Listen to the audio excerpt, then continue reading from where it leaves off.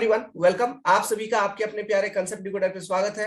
एक important topic के ऊपर ये वीडियो है। जेएसएससी जेई एग्जाम चल रही है, तो एग्जाम में किस तरह के क्वेश्चन आ रहे हैं इसके ऊपर सीधा हम कैंडिडेट से बात करेंगे जो एग्जामिनेशन को दे के आए हैं। मिस्टर इकबाल से मिलिए, जिनका किस तारीख को एग्जाम था आपका इकबाल जी? सर मेरा ये 23 अक्टूबर को था। पहला ही एग्जाम था आपका? संडे के दिन। हाँ, पर सिर्फ पहला डे में मेरा एग्जाम था। पहला डे का एग्जाम था। तो चलिए बहुत डिटेल में इनसे डिस्कशन किया जाए कि किस तरह के क्वेश्चंस पूछे गए थे, क्वेश्चन का लेवल क्या था, और अभी जो विद्यार्थी एग्जाम देने जाएंगे आपको किस तरह का मतलब प्रिपरेशन में किस तरह की चीजों पर ध्यान देना चाहिए 2-3 दिन के अंदर। बताइए इकबाल जी, क्वेश्चन कैसा हाँ था? सर, सबसे पहले तो क्वेश्चन का लेवल सर, जैसे टीसीएस एग्जाम कंडक्ट करवा रहा तो वो तो कंसेप्चुअल था ही। और जैसे कि ये लास्ट बार जो हमने ऑफलाइन एग्जाम दिया था उससे एकदम डिफरेंट था इस बार का क्वेश्चन। मतलब क्वेश्चन का लेवल एकदम आप कह सकते हैं कि पिछले बार से बहुत स्टैंडर्ड भी है। और बेसिकली इसमें न्यूमेरिकल पोर्शन भी अच्छा खासा परसेंटेज है इसमें। जैसे हम लोग का ब्रांच पेपर है, मेरा सिविल इंजीनियरिंग पेपर था ब्रांच पेपर। और जनरल इंजीनियरिंग में भी इस बार मतलब जो रेशियो है सिविल इलेक्ट्रिकल और मैकेनिकल का अप्रॉक्स आप कह सकते हैं कि इक्वली रेशियो में था। मतलब जैसे पिछली बार इलेक्ट्रिकल से मैक्सिमम क्वेश्चन थे वो भी न्यूमेरिकल पोर्शन से, लेकिन इस बार जो क्वेश्चन थे हमारे सिविल से भी अप्रॉक्स 30 क्वेश्चन मिनिमम तो होंगे। 30 से प्लस एक दो हो सकता है, लेकिन 30 एटलीस्ट तो होंगे ही। और उसमें भी जो क्वेश्चन था सर, तो वो जैसे कि था उसमें भी ये घुमाने वाले क्वेश्चन इस बार टीसीएस ने दिया था, क्योंकि ऑनलाइन पेपर है और इस बार सिविल के करीब 4-5 शिफ्ट में एग्जाम होने हैं। जैसे मेरा पहला क्वेश्चन ही था एक रेन गेज से। उसमें रेन गेज का फिगर ड्रॉ किया हुआ था और उसमें 4 ऑप्शन थे, उसमें बताना था ये किस टाइप का रेन गेज है। तो मतलब ये पहले ही क्वेश्चन से आप स्टैंडर्ड पता कर सकते हैं कि किस लेवल का था इस बार का क्वेश्चन। और जैसे जनरल इंजीनियरिंग में न्यूमेरिकल पोर्शन इस बार नहीं थे। जैसे पिछले लास्ट टाइम हम लोगों ने जो इलेक्ट्रिकल का देखा था बहुत न्यूमेरिकल थे, हालांकि न्यूमेरिकल नहीं थे, लेकिन फिर भी हम लोग सिविल के स्टूडेंट है तो उतना मैकेनिकल और इलेक्ट्रिकल पोर्शन तो पढ़ते नहीं है। हम लोग के लिए तो वो भी टफ ही है। हाँ, इस बार जीके जीएस का जो पोर्शन था वो थोड़ा पिछले बार से आसान था। इंडिया हालांकि जीके इसका पॉलिटी के इंडिया करीब जीके ज्यादा था? इंडिया जीके ज्यादा था या आपका झारखंड जीके ज्यादा था? इंडिया जीके से देखा जाए तो सर, मतलब अगर करंट अफेयर देखे तो इंडिया लेवल पे था। झारखंड से करंट अफेयर से सिर्फ एक क्वेश्चन आया था कि ये मतलब एक प्लेयर के बारे में था कि तीरंदाजी से किस प्लेयर का मतलब रिलेशन है, तो वो तो दीपिका कुमारी था ऑप्शन, तो मैंने उसको टिक लगाया था। और झारखंड से बेसिकली हिस्ट्री के क्वेश्चन थे। एक आपका इससे था, लोक साहित्य का था एक क्वेश्चन, मतलब ये नृत्य का था। एक इंडिया लेवल पे नृत्य था, लोटिया नृत्य करके लोकिया गीत का एक था कि लोटिया गीत किस क्षेत्र का है। और पॉलिटी से 3 क्वेश्चन थे, जिसमें एक अमेंडमेंट से था, एक आर्टिकल से था, एक सुप्रीम कोर्ट का आर्टिकल से था, एक 86 अमेंडमेंट का क्वेश्चन था। 86 अमेंडमेंट और आपका 32 नंबर आर्टिकल किस पार्ट में है?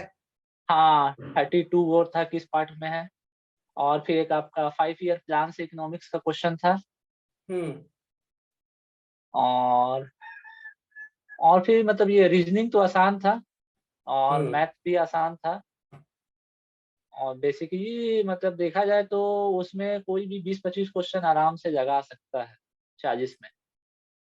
अच्छा। और जो अगर थोड़ा बहुत, हाँ, जो अगर थोड़ा बहुत पढ़ के भी गए होंगे, जिनका पॉलिटी अगर होगा कमांड पॉलिटी में, और झारखंड झारखंड जीके में भी हिस्ट्री के क्वेश्चन थे। हम्म जैसे ईयर पूछ दिया था, एक राइटर का भी पूछा था क्वेश्चन कि एक बुक था किस राइटर ने लिखा है। और अब हम जैसे कि ब्रांच में आए तो जैसे कि मैकेनिकल में भी सर एक क्वेश्चन आया था कि पेट्रोल इंजन वो किस साइकिल से है। हम्म एक हाइड्रो पावर से क्वेश्चन आया था, हाइड्रो टरबाइन या कुछ इस तरह क्वेश्चन था कि उसके मतलब ये डेवलपमेंट में कौन सा फैक्टर इम्पोर्टेंट नहीं है। अच्छा, तो एक वो क्वेश्चन था। मतलब काफी डीप पूछ और रहा है। सिविल, हाँ, मतलब जो बेसिकली पढ़ के गए होंगे उन्हीं का एग्जाम अच्छा गया होगा। और और सिविल से? सिविल से सर हमारे सिविल से सर तो मतलब इरिगेशन से भी अच्छा क्वेश्चन था, न्यूमेरिकल था, इंटेंसिटी ऑफ इरिगेशन से न्यूमेरिकल आया था। हम्म। आपका रन ऑफ इंटेंसिटी से पाई साई इंडेक्स से आपको न्यूमेरिकल आया था। एक पाई इंडेक्स का क्वेश्चन तो सर बहुत ही मतलब था सिंपल, लेकिन उसमें इतना यूनिट का मतलब ये कन्वर्जन था हम्म। कि एक क्वेश्चन एरिया दिया हुआ 10 किलोमीटर स्क्वायर का एरिया है, और उस पे इंटेंसिटी ऑफ रेनफॉल क्या है 2 सेंटीमीटर पर आवर का इंटेंसिटी है। सरफेस रन ऑफ दिया हुआ 0.3 mm क्यूब में, अच्छा, 0.3 mm क्यूब में। और उसके बाद वो पूछता है कि intensity of rainfall centimetre per hour में कितना पूरा यूनिट का गेम है। होगा। पूरा यूनिट, एक डेंसिटी से भी यूनिट वाला क्वेश्चन आया था कि एक ये कोई बॉडी है, उसका वेट है 10 किलो न्यूटन, हम्म। और उसका ये वॉल्यूम है 3 मीटर क्यूब, और जी का वैल्यू दिया हुआ था। वहां से बोला कि इसका मास डेंसिटी निकालना, आपको केजी पर मीटर क्यूब में मास डेंसिटी निकालना था। और ये टैक्योमीटर से भी एक क्वेश्चन आया था, मतलब जो हम लोग डिस्टेंस का फॉर्मूला जानते हैं कि के एस प्लस सी होता है, तो वहाँ सी का वैल्यू 0 दिया हुआ था, और हम्म। के का वैल्यू भी 100 दिया हुआ था। लेकिन एस एनालिटिक जो लेंस। स्टाफ इंटरसेप्ट है, हाँ एस जो है सर, हम्म। एस का 3 वैल्यू दिया हुआ था, फर्स्ट हम्म। Second third. उससे हम्म। हमको स्टाफ इंटरसेप्ट का वैल्यू निकालना था, देन उसको पुट करते फॉर्मूला में तो आंसर आ जाता है। लेकिन थोड़ा सा इसमें तो भी वही ट्रिकी कह सकते हैं आप। सबसे बड़ा माइनस छोटा कर आप देना था। छोटा कर देना था, लेकिन हम्म। उसमें भी कितना कोई ने एवरेज करके निकाल दिया होगा, मे बी जिसको मालूम नहीं होगा। बिल्कुल बिल्कुल। तो मतलब फार्मूला था, फार्मूला का यूज किस तरह करना ये भी आना चाहिए, तब आपसे वो न्यूमेरिकल बने। बिल्कुल दो बिल्कुल। चीज तो आपको मतलब दिमाग में कि फार्मूला एक याद रहना बहुत जरूरी है, और प्लस हम्म। उस फार्मूला में एक एक टर्म का क्या यूज है, तो न्यूमेरिकल आपसे बनेगा। सीधा सीधी अगर फार्मूला भी रट के जाएंगे तो भी दिक्कत हो जाएगा। अच्छा, एक चीज आप बताइए कि आपने जो सिविल इंजीनियरिंग टेक्निकल वाला पार्ट अटेम्प्ट किया है, उसमें से कौन सा सब्जेक्ट से आपको लगा कि क्वेश्चन एकदम फ्लडेड है, बाढ़ जैसा एकदम क्वेश्चन भरा हुआ है पूरा, ऐसा कोई सब्जेक्ट दिखा? जैसे सर मैंने जैसे ये अपना मतलब ये शिफ्ट मेरा स्टार्ट हुआ था, तो मुझे शुरू में करीब 4-5 क्वेश्चन स्टेज स्ट्रक्चर के दिखे, और हम्म। लास्ट आते थे भी कुछ तो कोडल प्रोविजन आप कह सकते हैं, बीएमसी कह सकते हैं। हम्म। बीएमसी में आसान भी क्वेश्चन थे और थोड़े से पटांग भी क्वेश्चन थे, जैसे क्यूमिक एग्रीगेट का कुछ पूछते हैं तो उसका सरफेस क्यूमिस। टेक्सचर कैसा है। अच्छा। हाँ, हम्म। और एक पूछा था कि ये 20 mm साइज का एक एग्रीगेट है, उसमें नंबर ऑफ वाटर क्वांटिटी कितना होगा मैक्सिमम। वाटर ये भी एक एब्जॉर्प्शन। क्वेश्चन था। नहीं नहीं, एब्जॉर्प्शन नहीं सर, मतलब उसको कंक्रीट जो हम उस एग्रीगेट से बनाएंगे, तो उसमें अच्छा अच्छा वाटर अच्छा का अच्छा अच्छा। क्वांटिटी कितना होगा। मिक्स डिजाइन का सवाल है। हाँ बिल्कुल, तो मतलब इतना डीप पूछ रहा है। हाँ, और एक सर मतलब ये पार्टिकल साइज रेंज का कोई ग्राफ था, उसमें पूछा कि कोर्स एग्रीगेट का हम लोग जो ग्राफ ड्रॉ करते हैं तो उसमें सैंपल साइज का वेट कितना होगा। बताइए। जनरली लोग कोर्स जो ग्राफ है उतना ही समझ के चले जाए काफी होता है, अब उसमें सैंपल साइज हाँ, पूछा जा रहा है कि 6 kg लेंगे, 5 kg अब लेंगे, जैसे कितना केजी लेंगे? अब कोडल प्रोविजन भी जो है सर, तो कोडल हम्म। प्रोविजन में भी मैक्सिमम लोग को बहुत सी वैल्यू पता है। लेकिन इस बार टीसीएस ने क्या गेम किया है कि जैसे क्वेश्चन आया था सिंगल लेसिंग में हम लोग जो थिकनेस देते हैं एंड टू एंड पे, हम्म। तो सबको बहुत कोई को मालूम होगा कि 1/40 से होता है, 1/40 से सिंगल की या डबल की या 1/60। लेकिन बहुत कोई ये नहीं पढ़ के जाते कि येस देन होगा कि मोर देन होगा। अच्छा, इस पे सवाल पूछ लिया इसी था। तरह इसी तरह स्टेबिलिटी कैंटिलीवर बीम का स्टेबिलिटी पे भी क्वेश्चन पूछ दिया था, हम्म। येस देन होगा मोर देन होगा। वैल्यू सबको पता है, करीब 25 भी या 100 भी स्क्वायर डी होता है। हम्म। इन दोनों में से भी जो लेस होगा उससे भी कम होना चाहिए एल इफेक्टिव का वैल्यू। फिर लो हीट पोर्टलैंड सीमेंट का ये फाइननेस पूछा था, यूनिट ये ओके। मीटर स्क्वायर के ये इसमें कितना होता है हम्म। सरफेस उसका ये 2200। फाइननेस। नहीं सर, 3200। 3200। 2250 ओपीसी का, ओपीसी और का। रैपिड हार्डनिंग का 3250, और लो हीट हम्म। का 3200। तो ये सब वैल्यू एकदम सीधा सीधा याद रखिए, यहाँ पे लेस देन मोर देन भी पूछा जा रहा है आपसे। ओके, तो क्लियर कट एग्जैक्टली चीजों को आपको याद रखना है, बहुत इंपॉर्टेंट है। तो मोटा मोटी स्टील एस्टिमेटिंग से बीएमसी, भी स्टील बीएमसी। सर, एस्टिमेटिंग से भी क्वेश्चन आए थे अच्छे अच्छे। अच्छा। मतलब एस्टिमेटिंग से मनी लाइनर का क्वेश्चन था, डाटा आपको अच्छे से याद है, सप्लीमेंट्री एस्टिमेट से क्वेश्चन आए थे। हम्म। वो नो डिडक्शन वाला भी क्वेश्चन था, प्लास्टरिंग का भी और कंक्रीट में भी नो डिडक्शन। एक ये पिच पूछा था, स्टेयर में मैक्सिमम स्लोप कितना होता है।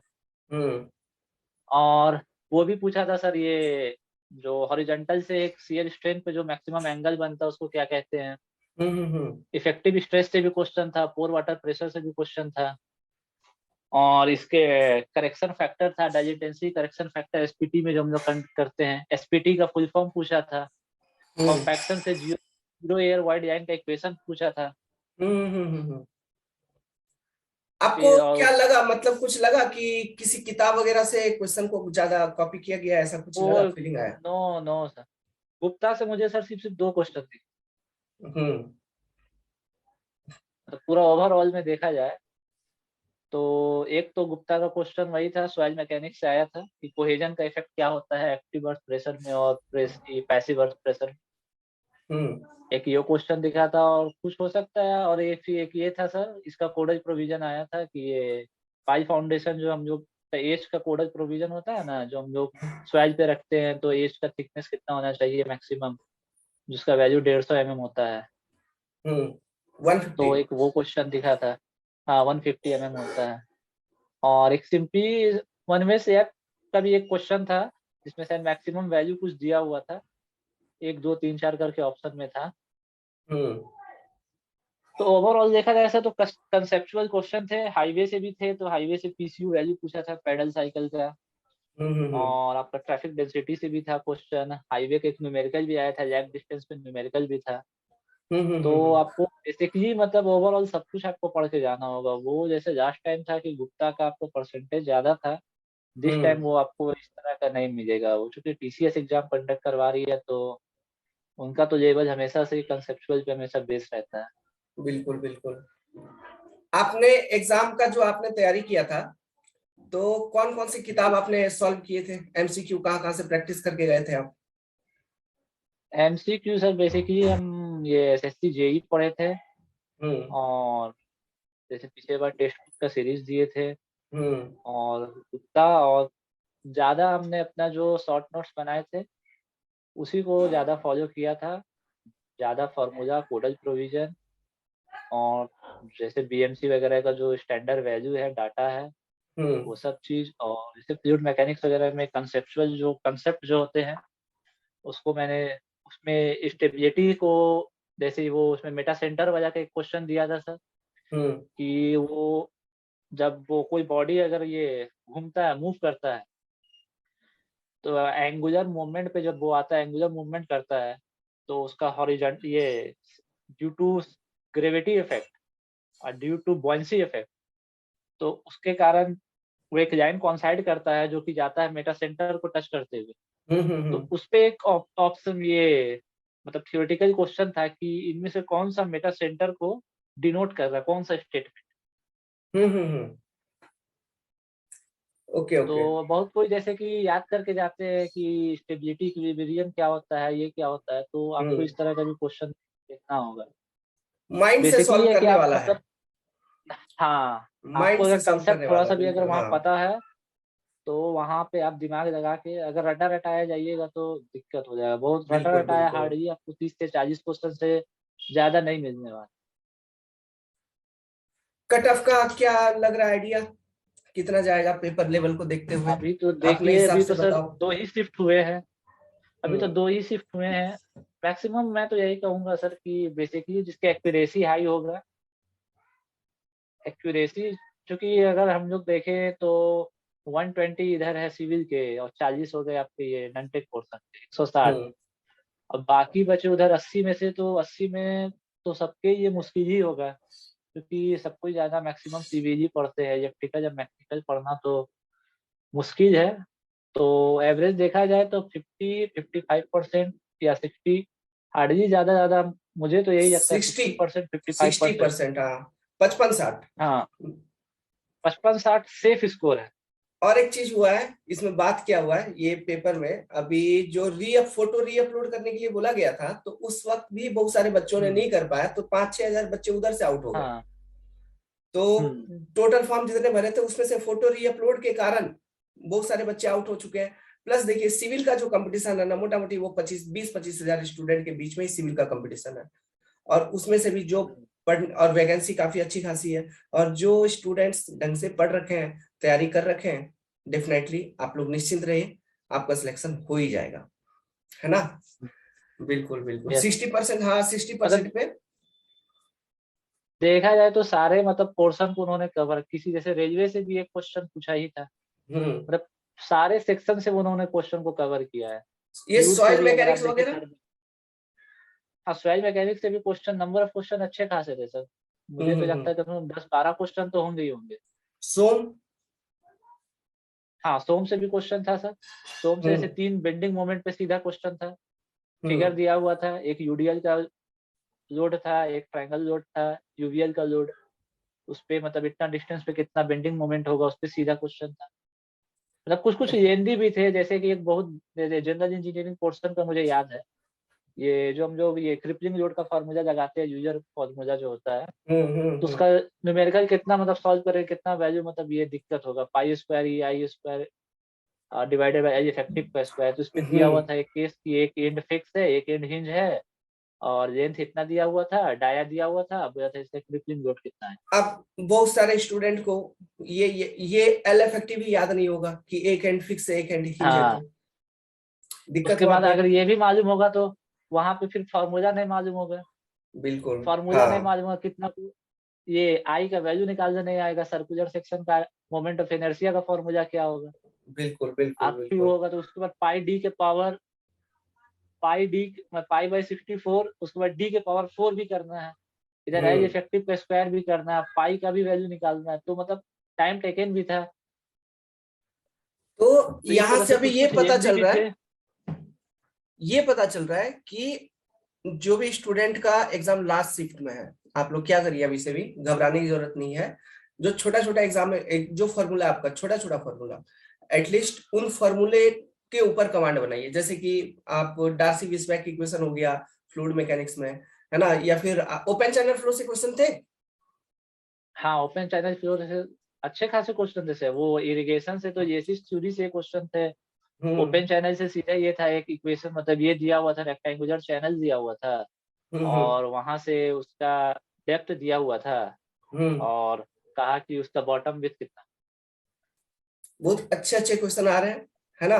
तो जो बेसिक्स है, आप अपने कॉपी को अच्छे से रिवाइज करो, और छोटा छोटा फॉर्मूला वगैरह याद करने का कोशिश करिए। डायरेक्ट कोई फॉर्मूला वगैरह तो नहीं पूछा था ना कि ये एक फॉर्मूला है, ये कौन सा फॉर्मूला है, नाम बताओ, ऐसा कुछ सिंपल वो सिंपल, बहुत सिंपल वो क्वेश्चन नहीं होंगे। हाँ हम्म। वो सर जैसे कि आप जैसे कि बताया ना कि जीरो एयर वाइड लाइन का फॉर्मूला क्या है, सीधा अच्छा अच्छा, क्वेश्चन उस हाँ। पे आ गया। अब हम्म। जैसे ये कॉम्पैक्शन है, तो कॉम्पैक्शन इनमें से कौन सा फैक्टर कॉम्पैक्शन पे डिपेंड नहीं है, कॉम्पैक्शन इस पे डिपेंड नहीं करता है। फॉर्मूला बेस्ड, हाँ। हाँ मतलब कुछ कुछ फार्मूला बेस भी थे, मतलब फार्मूला है तो उसका कोई यूज भी आना चाहिए। हम्म। क्वेश्चन का लेवल काफी अच्छा है, प्रिपरेशन करिए अच्छे से। कॉपी का रिवीजन करना आपके आपके लिए बहुत इंपॉर्टेंट। ओके। और बाकी भगवान के नाम। वेल, ठीक है इकबाल, आप आए यहाँ पे, बातचीत किए, बहुत अच्छा लगा। एंड उम्मीद करता हूँ थैंक जो भी एस्पिरेंट्स होंगे, जो एग्जाम देने जा रहे हैं, आप लोगों को इस पर्टिकुलर वीडियो से हेल्प हुई होगी। और क्वेश्चन का लेवल जैसा इकबाल जी ने बताया वही है, और कॉन्सेप्चुअल क्वेश्चन आ रहे हैं, है ना। यू। यस। कुछ सजेशन दे दीजिए इकबाल। इनका नंबर बता दूं, इनका नंबर बहुत अच्छा आ रहा है, ठीक है, रिजल्ट आएगा फिर पता चलेगा बाद में क्या हो रहा है क्या नहीं, लेकिन नंबर ठीक ठाक ही आ रहा है। अपने ही विद्यार्थी हैं, कोई दिक्कत नहीं है। फिर भी कुछ लास्ट में बता दीजिए इकबाल, सजेशन एक दे दीजिए कुछ। सजेशन सजेशन यही देंगे कि नया कुछ मत पढ़िए, जिसपे आपका कमांड है, हम्म जिसपे आपका कमांड है उसी को और अपना स्ट्रॉन्ग बनाइए, और कोडल प्रोविजन, डाटा वैल्यू, और छोटे छोटे जो फॉर्मूला है उसको एक बार देख लीजिए हर सेक्शन से। हम्म तो सर्वे वगैरह से भी क्वेश्चन, मतलब कंसेप्चुअल बेसिस थे, मतलब सर्वे से भी एक क्वेश्चन देखिए, अभी मुझे याद आ रहा सर, एक मतलब ये ट्रेवर्सिंग दे दिया था, हम्म और उसपे मतलब ये स्टेटमेंट स्टेटमेंट वाला क्वेश्चन बहुत था सर। हम्म जैसे हम्म हम्म पहले देता था कि इनमें से कौन सा सही है, तो इसमें इनमें से कौन सा गलत। एक कैनाल में चारों कैनाल के बारे में दिया हुआ है, अब कह रहा कौन सा स्टेटमेंट गलत, तो आपको पता होना चाहिए।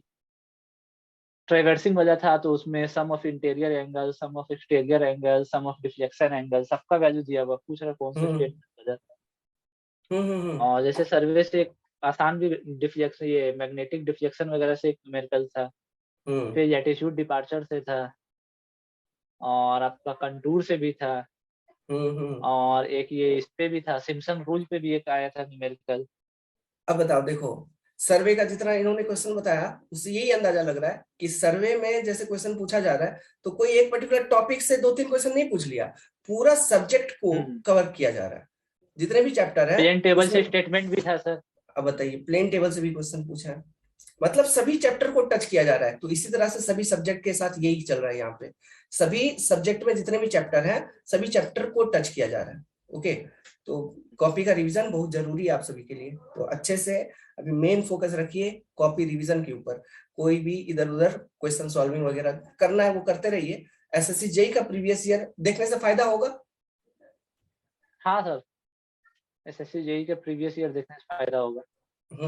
तो जेई का, एसएससी जेई का प्रीवियस ईयर आप देखिए, और गुप्ता वगैरह इधर उधर कहीं पर भी मत जाइए। अभी भी जितना दिन भी बचा हुआ है, लास्ट शिफ्ट 7 तारीख को आई थिंक, 7 तारीख को, तो 7 तारीख का भी काफी हाँ। टाइम है। 7 तारीख तक जिस बच्चों के पास टाइम है तो आप अभी copy revision plus SSC JE का पीवाईक्यू देखिए, वो इंपॉर्टेंट होगा आप सभी के लिए।